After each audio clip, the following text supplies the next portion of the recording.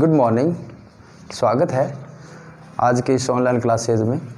मैं महेंद्र बाना आपके लिए लेके आया हूँ कक्षा 11 के भौतिक विज्ञान के चैप्टर नंबर 6 का कुछ पोर्शन। सत्र 2020-21 के तहत कुछ टॉपिक को हटा दिया गया है। आज अपन उन्हीं की चर्चा करेंगे, कौन से टॉपिक हटा दिए और कौन से टॉपिक रख दिए गए हैं। चलो बात करते हैं। तो चैप्टर 6 का नाम है कार्य, शक्ति और ऊर्जा। Class 11th, subject physics, chapter 6, नाम है कार्य, वर्क, एनर्जी, कार्य, ऊर्जा and power. Work, energy and power chapter का नाम है ये, कार्य, शक्ति और ऊर्जा, या फिर कार्य, ऊर्जा और शक्ति, एक ही बात। इसमें सिंपली शुरू होता है कोई भी टॉपिक। सबसे पहले इसने डिलीटेड पोर्शन में ये कुछ टॉपिक्स डाल रखे हैं, हम उन्हीं की चर्चा करते हैं। कौन कौन से टॉपिक इसने हटा दिए हैं ताकि हमारे ध्यान में रहे। एक तो डेफिनेशन हटा दी है कार्य की, वर्क की डेफिनेशन हटा दी है। वर्क का पूरा पोर्शन ही हटा दिया है। Work done bye constant force, एक तो इससे भी हटा दिया। Work done by variable force से भी हटा दिया। ये टॉपिक भी हटा दिया। वर्क का पूरा पोर्शन इसने हटा दिया है अब की बार। फिर काइनेटिक एनर्जी का पोर्शन इसने हटा दिया।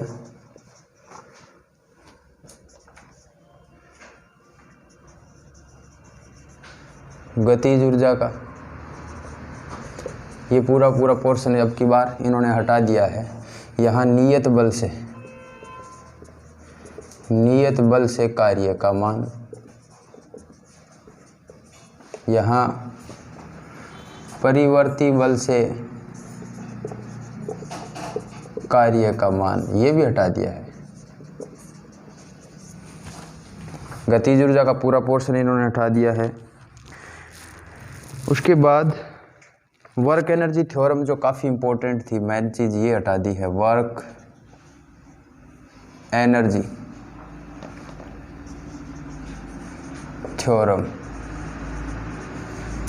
ये भी हटा दिया है। कार्य, ऊर्जा, प्रमेय, ये भी टॉपिक इन्होंने हटा दिया है। इसमें से सबसे ज़्यादा लॉस हुआ है इसी चैप्टर का। पावर का टॉपिक भी इन्होंने हटा दिया है। पावर का टॉपिक इन्होंने हटा दिया है, शक्ति से संबंधित। वहीं इनके मिस प्रिंटिंग है, जब हिंदी माध्यम में इन्होंने सिलेबस को जारी किया है वहाँ इन्होंने शक्ति को वापस दोबारा फिर लिखा है। फिर है notion of potential energy, notion of potential energy, ये टॉपिक भी इन्होंने हटा दिया है। और उसके बाद कंजर्वेशन ऑफ मैकेनिकल एनर्जी भी इन्होंने हटा दिया है। कंजर्वेशन ऑफ मैकेनिकल एनर्जी, यांत्रिक ऊर्जा का संरक्षण, यांत्रिक ऊर्जा का संरक्षण वाला टॉपिक भी इन्होंने हटा दिया है। ये सबसे ज़्यादा इम्पोर्टेंट था, इसमें पता होना चाहिए हमें किस प्रकार एनर्जी। ये मैकेनिकल एनर्जी में दोनों एनर्जी है, kinetic energy and potential energy, दोनों का कंजर्वेशन है।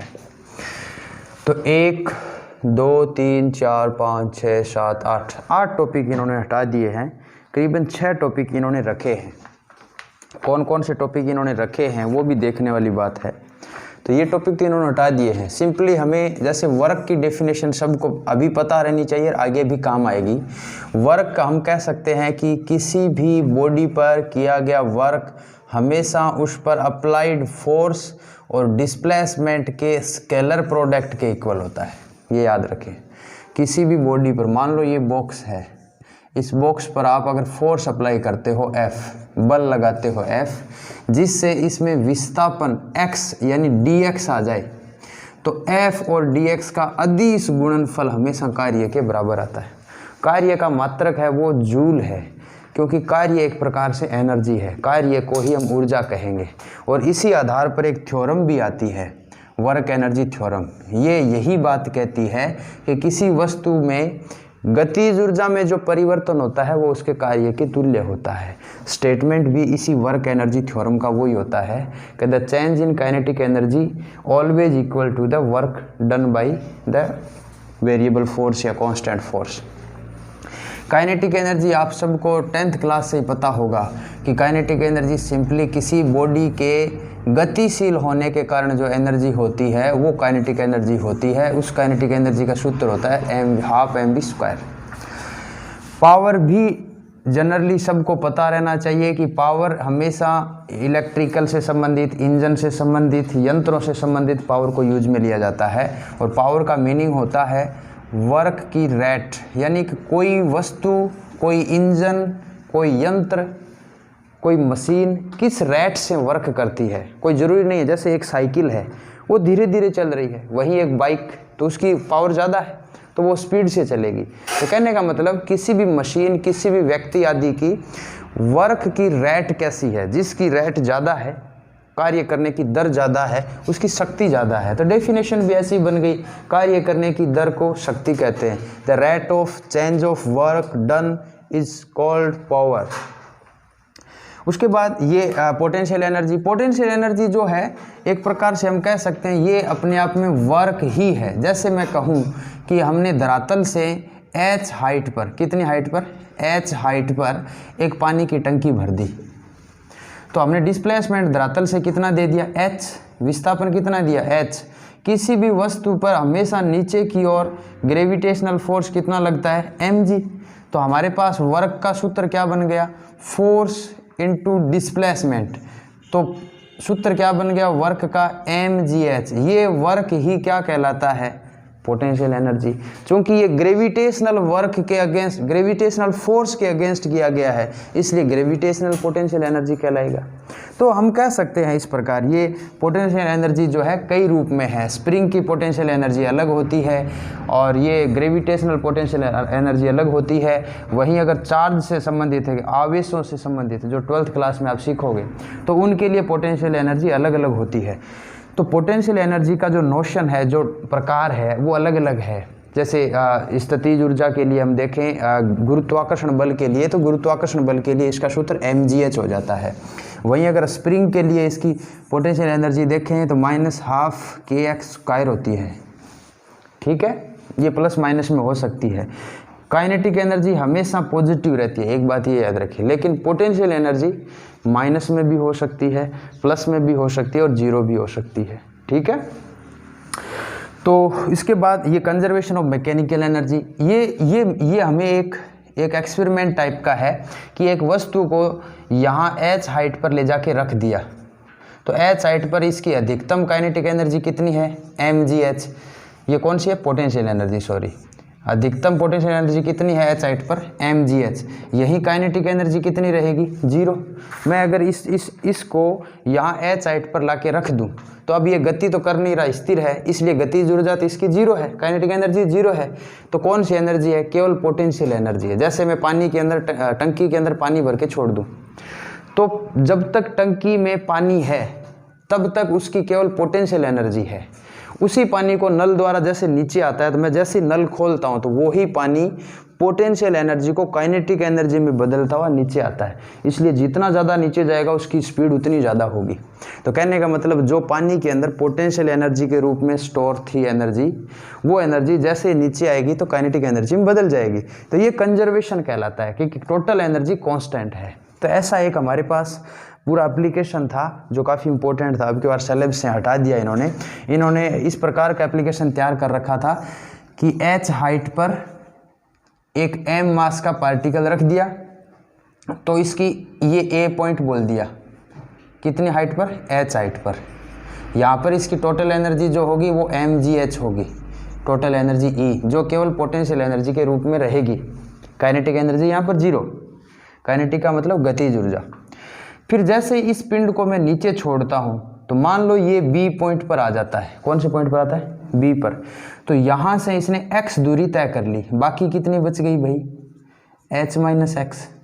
तो इस बिंदु B पर इसकी पोटेंशियल एनर्जी भी होगी, काइनेटिक एनर्जी भी होगी, ये दोनों का मान वापस mgh के बराबर ही आएगा। ये भी प्रूव करके बताना होता हमें, ठीक है। तो कहने का मतलब हर एक बिंदु पर टोटल एनर्जी mgh के बराबर ही रहेगी।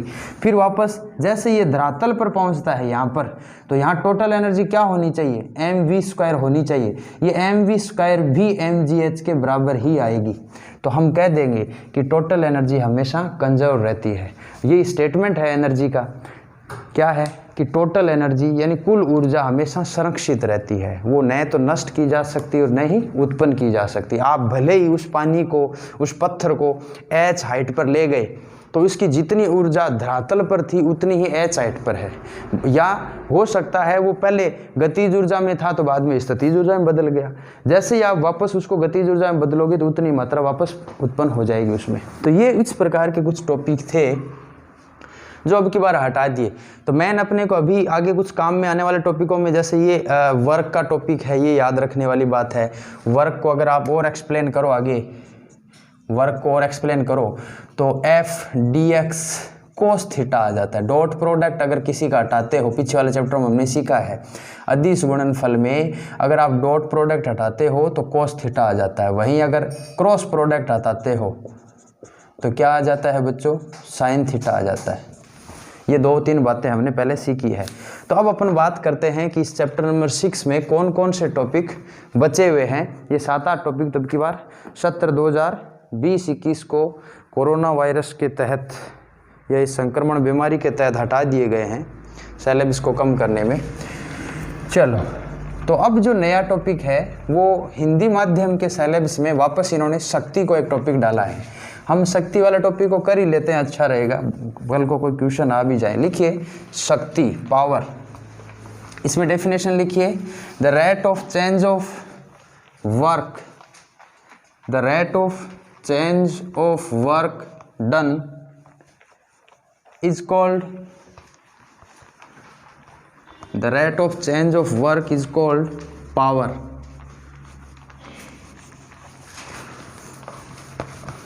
The rate of change of work done is called power। कार्य करने की दर को शक्ति कहते हैं, कार्य करने की दर को शक्ति कहते हैं।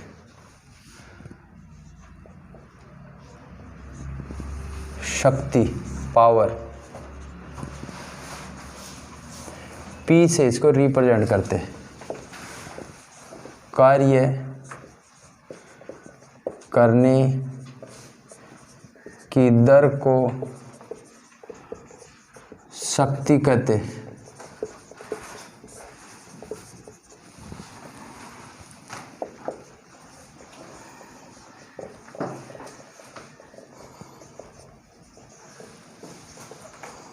Work done is called power.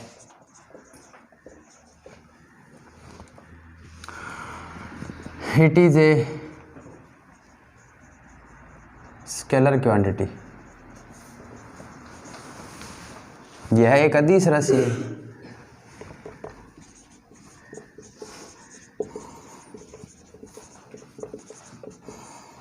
अदिश राशि है।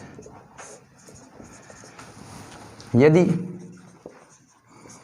W कार्य T समय में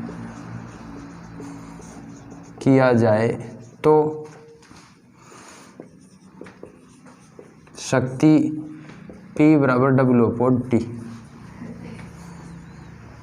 जूल प्रति सेकंड, या फिर इसका मात्रक वाट होता है। If W work done in T time, या लिख सकते हो if W work done in T time then power P is equal to W upon T। W किस में होता है? जूल में। टाइम किस में होता है? सेकंड में, जूल प्रति second. It's SI unit, SI unit is watt. याद रखें बच्चों, 1 watt is equal to 1 joule upon 1 second होता है।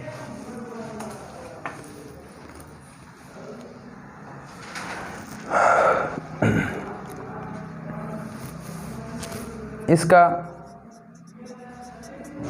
CGS पद्धति मात्रक पद्धति में मात्रक, CGS पद्धति में क्या मात्रक आएगा? अर्घ। CGS में कार्य का मात्रक क्या होता है? अर्घ प्रति second.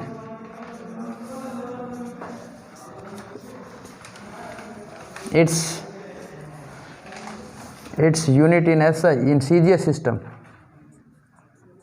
its unit in CGS system is arg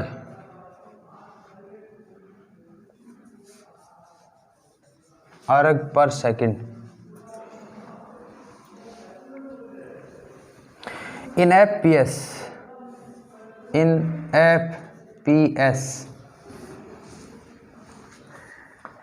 system,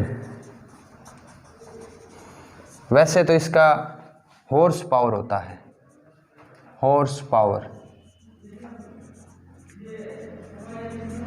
short में HP बोलते हैं। FPS पद्धति में इसका मात्रक हॉर्स पावर, अश्व शक्ति। हॉर्स पावर को क्या बोलते हैं? अश्व शक्ति। और भी देखो, इसके मात्रक काफी सारे हैं।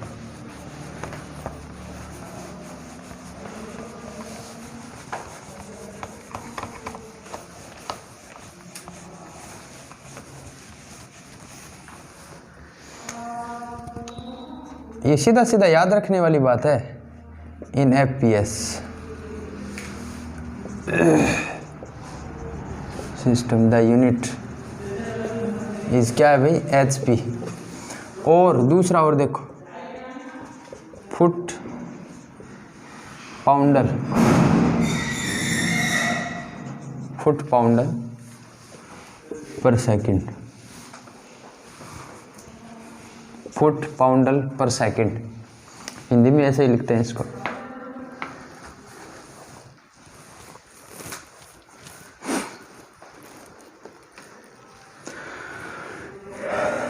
One HP is equal to 746 watt होता है। ये भी याद रखने वाली बात है। अधिकतर हम घरों में जो मोटर वगैरह कुछ काम में लेते हैं, उस पर लिखा हुआ आता है कितने HP की मोटर है। तो FPS पद्धति का मात्रक है। किसका मात्रक है? HP। FPS फुट पाउंडर, जो जिसको हम ब्रिटिश प्रणाली भी बोलते हैं। FPS कौन सी प्रणाली है भाई? ब्रिटिश, ब्रिटेन के लोग इसको यूज में लेते हैं। तो HP का मान 746 वाट के बराबर है। ये भी थोड़ा याद रखें।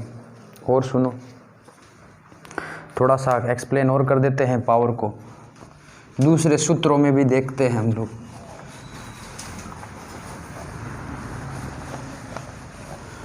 दो तीन बातें लिख देते हैं।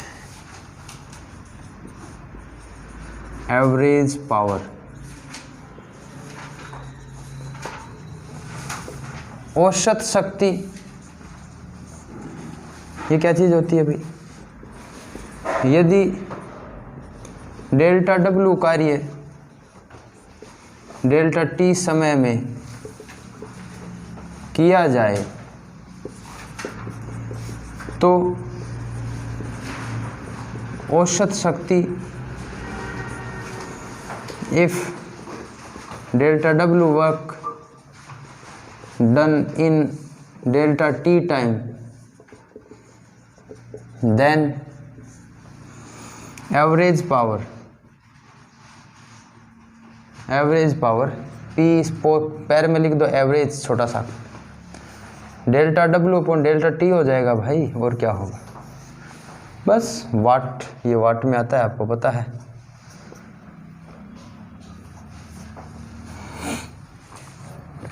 इंस्टेंटेनियस,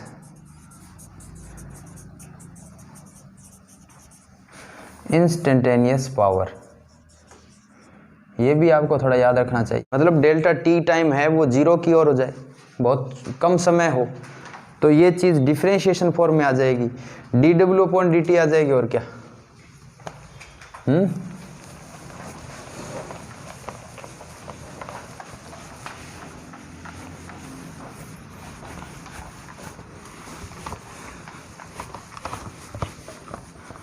तात्क्षणिक, हिंदी में बोलते हैं इसको तात्क्षणिक शक्ति।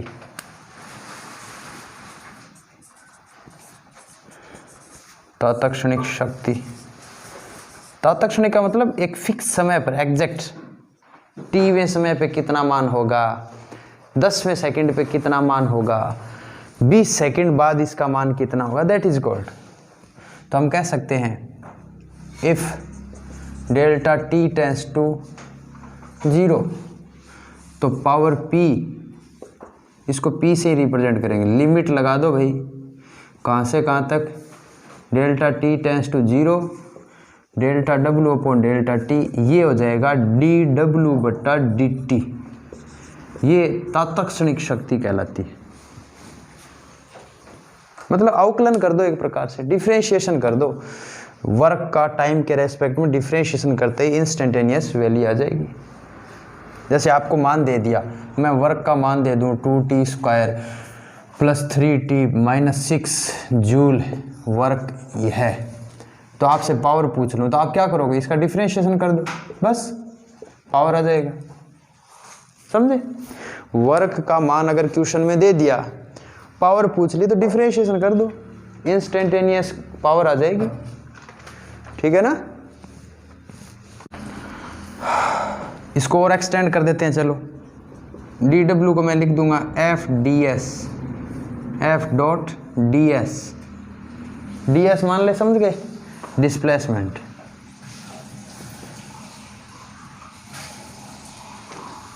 डिस्प्लेसमेंट विस्थापन है ये तो, hello,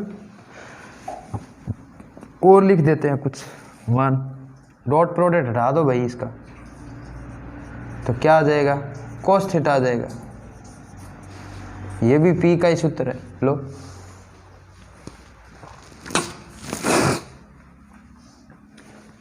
F D S cos theta भी किसका हो जाएगा, डॉट प्रोडक्ट हटाते ही क्या आ जाएगा, कोस थीटा।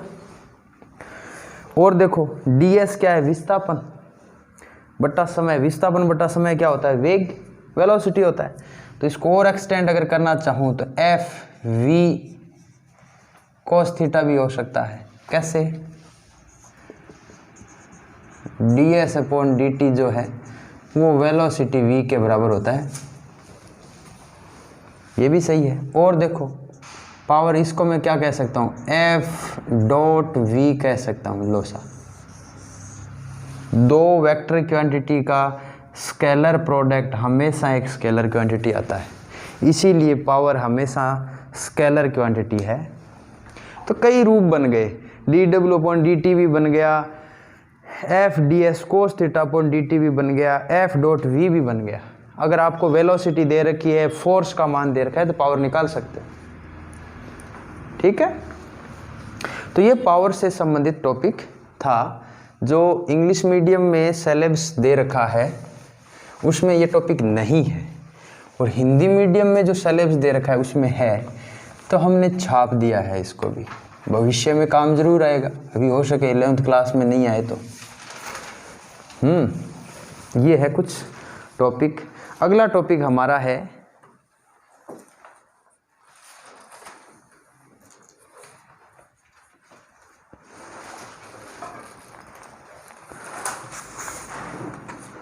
कमानी की स्थितिज ऊर्जा, यानी स्प्रिंग की पोटेंशियल एनर्जी। ये भी बहुत शानदार टॉपिक है भाई, स्प्रिंग की स्थितिज ऊर्जा। हाँ, अब देखिए स्प्रिंग से संबंधित टॉपिक। अक्सर होता क्या है, हमारा टॉपिक है अभी potential energy of spring. Hindi में इसको कहते हैं वैसे तो स्प्रिंग, और कई किताब वाले इसको कमानी भी बोलते हैं। स्प्रिंग की स्थितिज ऊर्जा टॉपिक ये भी है इसका, पोटेंशियल एनर्जी ऑफ स्प्रिंग या फिर कमानी भी बोलते हैं कई किताब वाले इसको। तो कमानी की भी स्थितिज ऊर्जा वाला टॉपिक ये सही बात है। चलो हम देखते हैं क्या प्रोसेस बनती है। होता क्या है, वैसे तो कोई भी स्थितिज ऊर्जा हो, वो हमेशा वर्क के इक्वल होती है।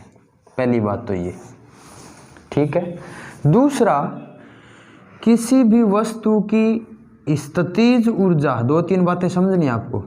स्थितिज ऊर्जा का मतलब पोटेंशियल एनर्जी। किसी भी वस्तु की पोटेंशियल एनर्जी अगर नेगेटिव है, क्या है, नेगेटिव है, तो वर्क क्या होगा उस टाइम, पॉजिटिव होगा। एक बात तो ये याद रखें, अगर पोटेंशियल एनर्जी नेगेटिव है, अगर स्थितिज ऊर्जा नेगेटिव हो, ऋणात्मक हो, क्या हो, ऋणात्मक हो, तो कार्य क्या होगा भाई, धनात्मक होगा। सिंपल सी बात है। दूसरा इसका उल्टा और देखो, अगर स्थितिज ऊर्जा धनात्मक हो जाए, क्या हो जाए, धनात्मक हो जाए, तो कार्य उस टाइम क्या होना चाहिए, ऋणात्मक होगा, नेगेटिव होगा। अब हम बात करने जा रहे हैं स्प्रिंग की। तो स्प्रिंग में एक विशेष प्रॉपर्टी है, किस प्रकार की प्रॉपर्टी है वो समझने वाली बात है। हालांकि मैंने अभी कहा है कि कार्य है वो एक प्रकार से स्थितिज ऊर्जा के बराबर होता है। सिंपल सी बात है, ये कार्य ऊर्जा प्रमेय का भी कथन है। और वहीं अगर अपन कहें दूसरा शब्द कि कार्य ऊर्जा प्रमेय का एक कथन और भी है, वो कथन ये है कि वस्तु पर किया गया कार्य उसकी गतिज ऊर्जा में परिवर्तन के तुल्य होता है। यानी अंतिम गतिज ऊर्जा माइनस प्रारंभिक गतिज ऊर्जा का अंतर जो है वस्तु पर किए गए कार्य के तुल्य होता है। ये भी कार्य ऊर्जा प्रमेय का कथन है, जो बहुत इंपॉर्टेंट टॉपिक है। हटा दिया गया इस बार, कोई बात नहीं, पर स्टेटमेंट जरूर याद रखें। जैसे मान लो मैं एक वस्तु की बात करूँ, ये वस्तु है और इनिशियली इसका प्रारंभिक वेग u है, तो इस वस्तु का द्रव्यमान अगर m हो तो प्रारंभिक गतिज ऊर्जा इसकी क्या होगी, mu²। थोड़े टाइम बाद इसकी गतिज ऊर्जा में थोड़ी वृद्धि हो जाती है, और अगर ये वेग v प्राप्त कर लेती है, m इसका द्रव्यमान है, तो इसकी गतिज ऊर्जा हो जाएगी 1/2 mv²। अगर इन दोनों के अंतर की बात करें, 1/2 mv² माइनस 1/2 mu², तो हम देखते हैं कि ये जो मान है ये वस्तु द्वारा किए गए कार्य के बराबर होता है। ये कथन किसका है, कार्य ऊर्जा प्रमेय का कथन है। ये मैंने अभी तक इस टॉपिक को कुछ नहीं लिखा है, इसलिए आपको थोड़ी बाहरी चीज़ें समझनी जरूरी है। ये तो 2 लाइन का टॉपिक है, ज़्यादा बड़ा ही नहीं है। तो कार्य ऊर्जा प्रमेय का कथन, पहला कथन क्या है कि वस्तु में गतिज ऊर्जा यानी काइनेटिक एनर्जी में जो परिवर्तन होता है वो उस पर किए गए कार्य के तुल्य होता है। ये कथन है किसका, कार्य ऊर्जा प्रमेय का, वर्क एनर्जी थ्योरम का। दूसरा ये भी है कि वस्तु की टोटल जो पोटेंशियल एनर्जी है वो परिमाण के रूप में कार्य के बराबर होती है। पोटेंशियल एनर्जी जो होती है, जैसे मैं कहूँ कि एक वस्तु को मैंने h ऊंचाई पर ले जाके रख दिया जिसका द्रव्यमान m था। एक पत्थर लेके गया मैं और छत के ऊपर ले जाके रख दिया। हमारी छत की हाइट h है, धरातल से h ऊंचाई पर। तो छत पर जब वो पत्थर रखा हुआ है या कोई वस्तु रखी हुई है, तो इसकी जो ऊर्जा जो है वो है mgh। ढंग से देखें तो mg क्या है, गुरुत्वाकर्षण बल या गुरुत्वीय बल, h क्या है, विस्थापन। तो विस्थापन और कार्य का प्रोडक्ट हमें, ये विस्थापन और बल का प्रोडक्ट हमेशा किसके बराबर आता है, कार्य के। एक बात और देखने वाली है, हमेशा गुरुत्वीय बल तो नीचे की तरफ लगता है, चूंकि विस्थापन हमने ऊपर की तरफ किया है, तो बल इंटू विस्थापन बराबर क्या होता है, कार्य। बल और विस्थापन के बीच कोण कितना डिग्री का बन रहा है, देखो विस्थापन इधर और बल इधर, दोनों के बीच कोण कितना डिग्री का बना, 180 का। तो एफ एच कोस 180 डिग्री, यानी कि ये मान क्या आ गया, ढंग से देखें तो ऋणात्मक। तो इसका मतलब मैंने कहा भी था आपको, अगर कार्य का मान ऋणात्मक हो तो स्थितिज ऊर्जा क्या होगी, धनात्मक। तो अगर किसी वस्तु को मैं h ऊंचाई पर ले जाके रखता हूँ तो इसकी स्थितिज ऊर्जा तो होती है mgh, जो कि धनात्मक होगी। वहीं अगर मैं इसके कार्य की बात करूँ तो वो होगा -mgh, क्योंकि कार्य ऋणात्मक इसलिए है कि विस्थापन ऊपर की ओर है लेकिन गुरुत्वीय बल हमेशा नीचे की ओर लगता है। दोनों में कोण 180 डिग्री है और चूंकि कार्य का सूत्र होता है बल इंटू विस्थापन इंटू कोस थीटा, थीटा का मान 180 डिग्री है, कोस 180 का मान -1 होता है, इसलिए एफ एच माइनस का आएगा। एफ का मान आपको पता है mg होता है। तो हम कह सकते हैं कि जैसे मैंने गुरुत्वीय स्थितिज ऊर्जा की बात की है कि गुरुत्वीय स्थितिज ऊर्जा धनात्मक इसलिए है क्योंकि वहाँ कार्य ऋणात्मक है, कार्य का मान नेगेटिव आ रहा है। नेगेटिव क्यों आ रहा है, क्योंकि बल और विस्थापन दोनों एक दूसरे के विपरीत दिशा में है। मैं वस्तु को ऊपर ले जा रहा हूँ लेकिन गुरुत्वाकर्षण बल नीचे लग रहा है, इसलिए कार्य का मान ऋणात्मक हो गया और कार्य ऋणात्मक होने से स्थितिज ऊर्जा क्या हो गई, धनात्मक हो गई। समझो इस बात को, आगे और समझो। अभी इसी प्रकार मैं अब इस स्प्रिंग वाले नियम में ये बात लागू करूंगा। आप समझना स्प्रिंग किस प्रकार, हम दैनिक जीवन में स्प्रिंगें बहुत देखते हैं। इवन पेन में रिफिल के लगी हुई स्प्रिंग से लेकर दैनिक जीवन में बहुत सारे स्प्रिंग के उदाहरण हम देखते हैं। छोटी से छोटी स्प्रिंग जनरली हम पेन में देखते हैं, बटन वाला जो पेन होता है उसमें स्प्रिंग लगी रहती है। वहीं स्प्रिंग का उदाहरण हम देखें तो अगर किसी भी स्प्रिंग की बात करें, जैसे ये एक स्प्रिंग है,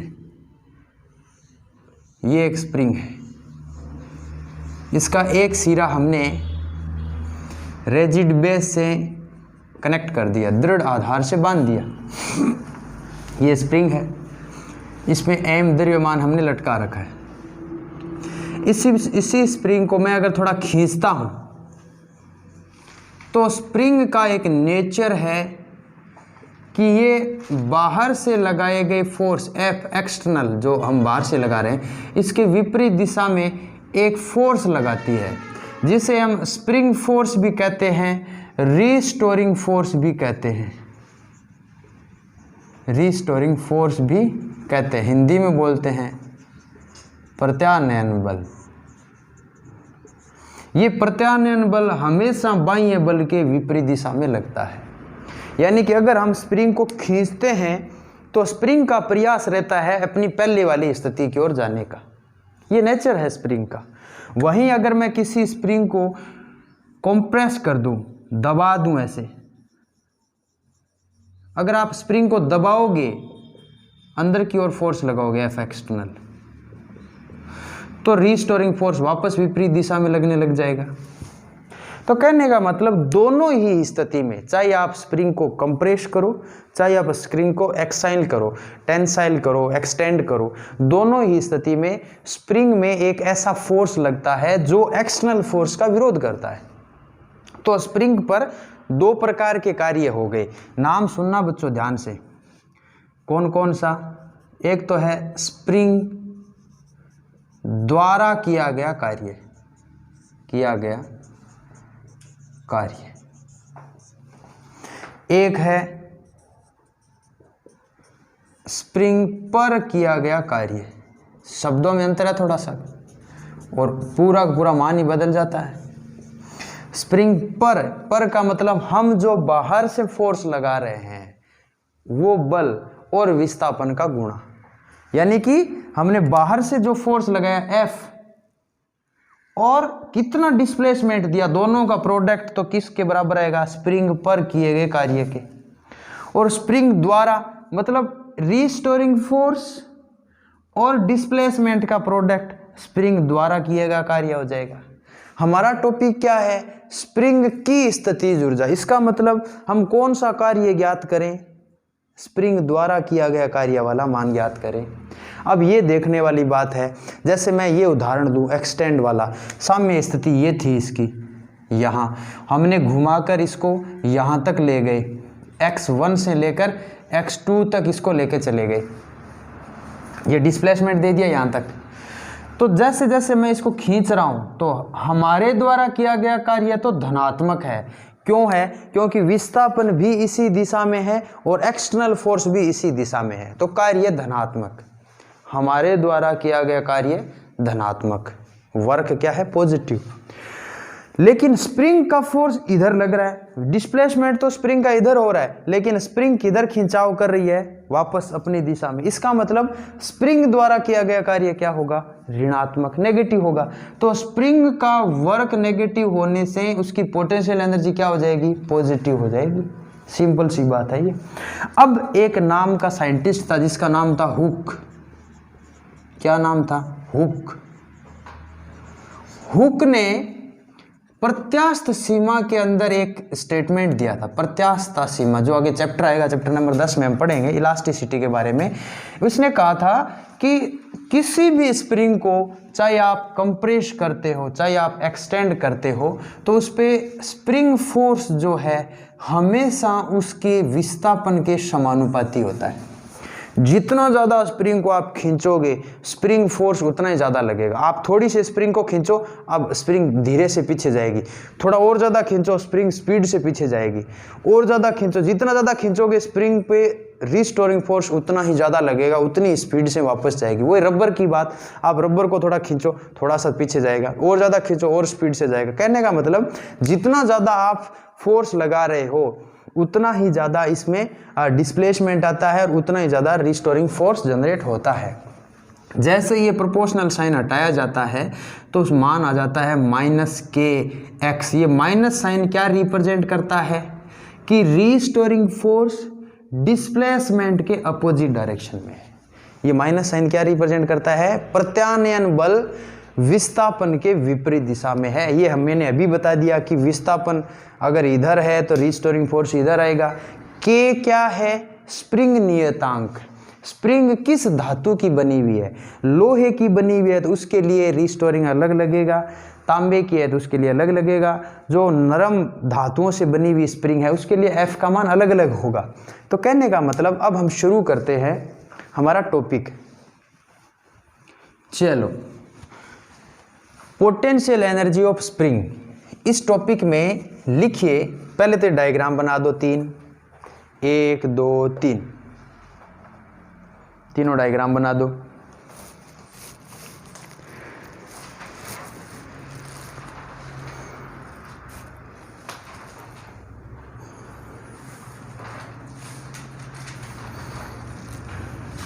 इसमें हम लिख देते हैं, ये सब आदर्श स्प्रिंग के लिए ही हम डेरिवेशन कर रहे हैं, तो मैं लिख देता हूं एक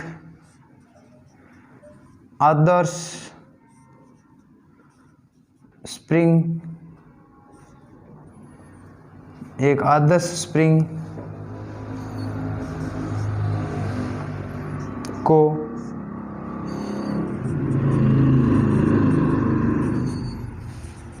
संपीड़ित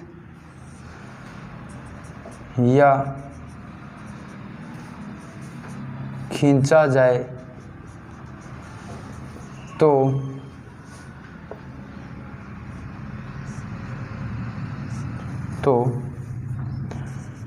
इसके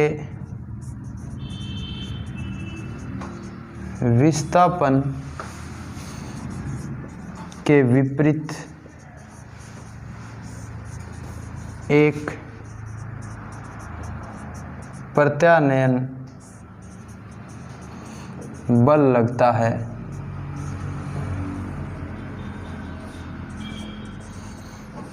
प्रत्यानयन बल लगता है जो इसके विस्थापन के समानुपाती होता है। समानुपाती होता है। ये बातें समझ में आ गई हम लोग, ये हुक ने कहा था, स्टेटमेंट दिया था। फॉर एन आइडियल स्प्रिंग, यहाँ लिख देता हूँ, for an ideal spring if we compress or extensile,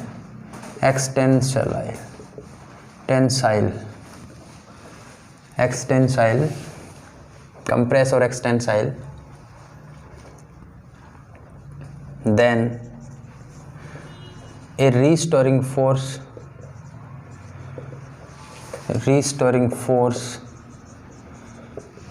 induced in the spring, which is always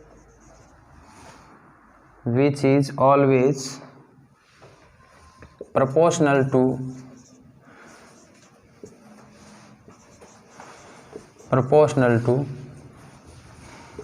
the displacement.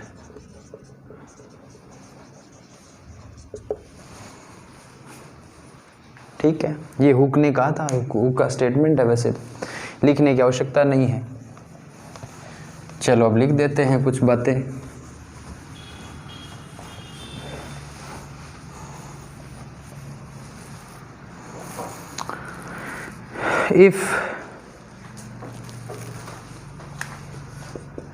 if x is the displacement of spring, then restoring force Fs proportional to x, which implies F is equal to minus kx। Hindi में लिख सकते हो, यदि x spring का विस्थापन हो तो प्रत्यानयन बल, रिस्टोरिंग फोर्स मतलब प्रत्यानयन बल, तो प्रत्यानयन बल F S proportional to x, F S for restoring या स्प्रिंग फोर्स भी कह सकते हैं, S पर स्प्रिंग फोर्स भी बोल सकते हैं, is equal to minus kx। Here negative sign represents, यहाँ ऋणात्मक चिन्ह यह प्रदर्शित करता है कि, हेयर नेगेटिव साइन रिप्रेजेंट्स, या ऋणात्मक चिन्ह यह प्रदर्शित करता है कि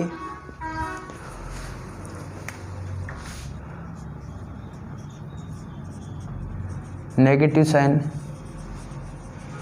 represents that the force and displacement are opposite to each other,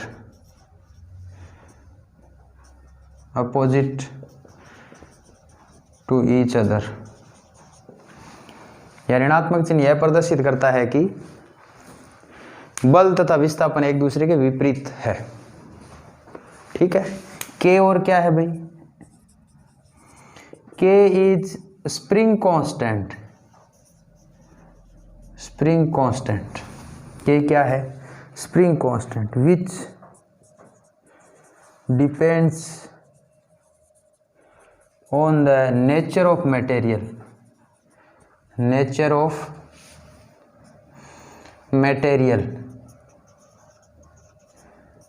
of spring. के स्प्रिंग नियतांक है जो स्प्रिंग के पदार्थ की प्रकृति पर निर्भर करता है, स्प्रिंग के पदार्थ की प्रकृति पर निर्भर करता है। मतलब स्प्रिंग किस धातु से बनी हुई है, सोने से बनी हुई है, चांदी से, लोहे से, तांबे से, हर एक के लिए के का मान अलग अलग होता है। अब अपन बात करते हैं स्प्रिंग की स्थितिज ऊर्जा की, तो ये लिख देते हैं, नीचे वाला लाइन में लिखो, चूंकि स्प्रिंग की स्थितिज ऊर्जा कार्य ऊर्जा प्रमेय से स्प्रिंग द्वारा किए गए कार्य के तुल्य होगी। Since the potential energy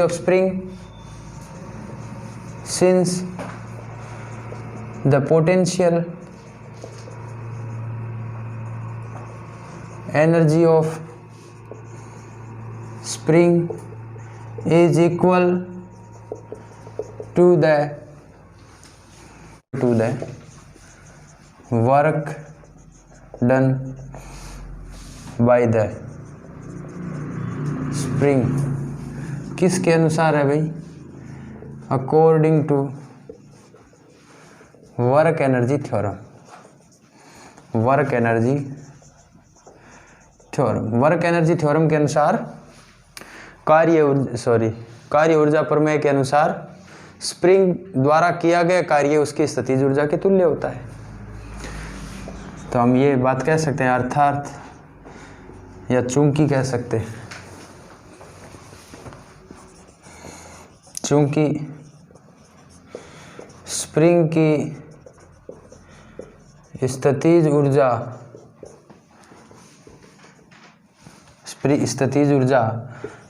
कार्य ऊर्जा प्रमेय से स्प्रिंग द्वारा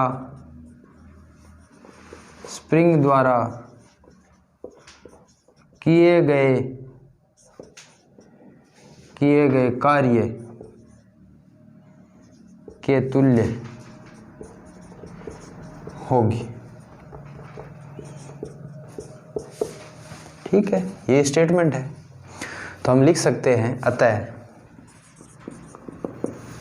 अतः स्प्रिंग द्वारा किया गया कार्य यदि dx विस्थापन हो, यदि dx विस्थापन हो तो किया गया कार्य dw बराबर fs dot dx। That's all. लिख दो, हिंदी में अंग्रेजी में लिख सकते हैं, if dx is displacement then work done by spring dw is equal to f dot dx। आपको ये पता रहना चाहिए f डॉट dx, तो जो स्प्रिंग फोर्स है वो डिस्प्लेसमेंट के अपोजिट लगता है, इसलिए इसको मैं ऐसे लिख सकता हूँ fs dx के साथ negative sign. dw is equal to, या थोड़ा एक्सटेंड और करना चाहो तो fs dx कोस 180 डिग्री ऐसे लिख सकते हो। आपको पता रहना चाहिए स्प्रिंग बल जो है वो हमेशा विस्थापन के विपरीत लगता है। विस्थापन इधर है और स्प्रिंग फोर्स इधर है, दोनों एक दूसरे के अपोजिट है, इसलिए कोस 180 का मान -1, तो माइनस नेगेटिव आ गया। अब हम थोड़ी सी वैल्यू लिख देते हैं कुल कार्य के लिए।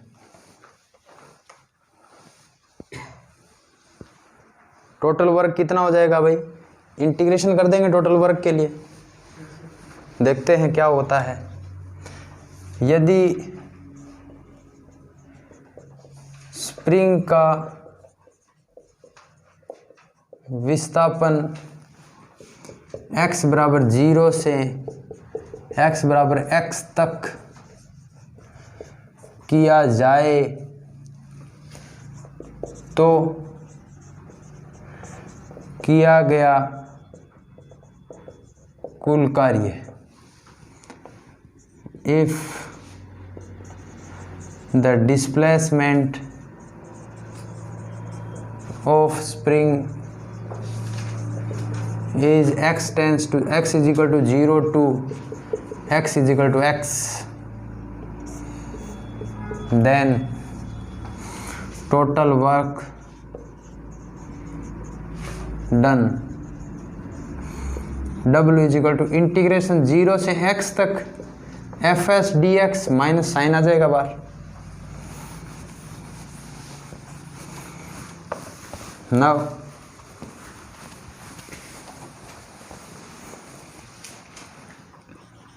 w is equal to minus sign तो है ही, एफ एक्स का मान क्या होता है भाई?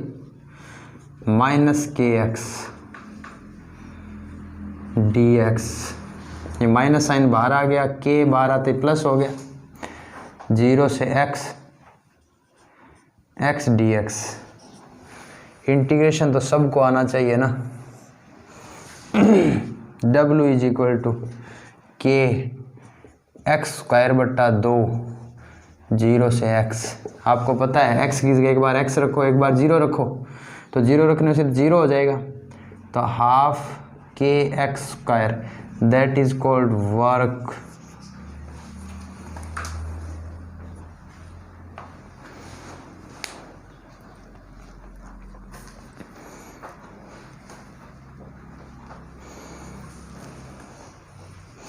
वैसे देखें तो ये एक प्रकार से पोटेंशियल एनर्जी का ही सूत्र है ये, या फिर एक मिनट, ये हमने नेगेटिव साइन जो यहाँ आ रहा था वो डायरेक्शन के हिसाब से ही आ रहा था, इसको प्लस लिख दो या माइनस कह दो, ठीक रहेगा। ये जो नेगेटिव साइन जो आ रहा था ना ये एक्स के कारण ही आ रहा था, क्योंकि एक्स फोर्स के अपोजिट है इसीलिए नेगेटिव साइन यहाँ आता था। तो 2 बार लिखने की आवश्यकता नहीं, ये बाहर माइनस पड़ा रहने दो, ये पड़ा रहने दो, कोई दिक्कत नहीं। तो अब कह देंगे नाउ पोटेंशियल एनर्जी। तो आपको पता है ना potential energy U is equal to -W। अगर वर्क पॉजिटिव है तो पोटेंशियल एनर्जी नेगेटिव, और वर्क नेगेटिव है तो पोटेंशियल एनर्जी पॉजिटिव। तो उत्तर डायरेक्ट पॉजिटिव आ गया हमारे पास, ये ठीक है। यहाँ -kx लिखने की आवश्यकता नहीं है। क्यों नहीं है? क्योंकि x और फोर्स एक दूसरे का अपोजिट थे, इसीलिए माइनस साइन आया था। वो माइनस साइन मैंने पहले ही लिख दिया है दोनों के डिस्प्लेसमेंट के हिसाब से, ठीक है। तो हम कह सकते हैं this work is stored as the potential energy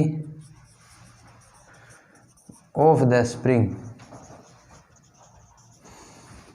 तो ये पोटेंशियल एनर्जी U का सूत्र आ गया हाफ के एक्स स्क्वायर। ये स्प्रिंग की ऊर्जा है। देखो यही हमने आपको याद होगा पोटेंशियल एनर्जी mgh लिखी थी, लेकिन ये पोटेंशियल एनर्जी कौन सी थी? ग्रेविटेशनल, ये गुरुत्वीय स्थितिज ऊर्जा थी, और ये है स्प्रिंग की स्थितिज ऊर्जा। देखो स्थितिज ऊर्जाओं में भी अलग अलग कंडीशन होने से अलग अलग मान आते हैं, ठीक है।